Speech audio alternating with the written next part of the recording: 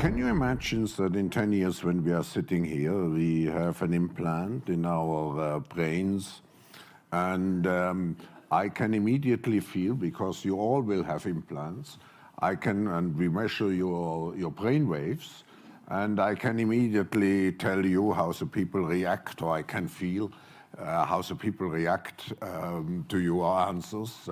Is it imaginable? I think that is imaginable. I think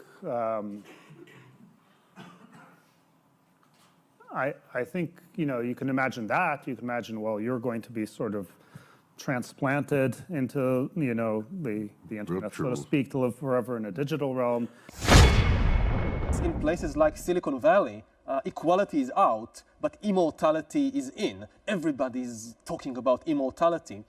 Google has just established 2 or 3 years ago a sub-company called Calico, whose stated aim is to solve the problem of death. We've solved search, now we'll solve death. And they are not the only ones.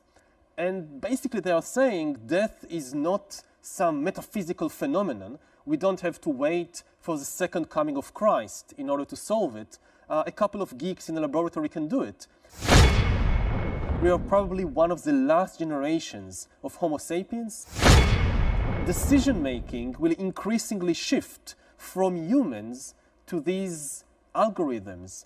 And just as in the early modern age, authority came down from the clouds, from above the clouds, to humanity, so in the next stage of history, authority will shift back from humans to the clouds, not to the gods, but to the Microsoft cloud, to the Google cloud. They'll just understand us so well that it will be crazy not to listen to their advice about what book to read, whom to marry, where to work, and what to vote in the elections.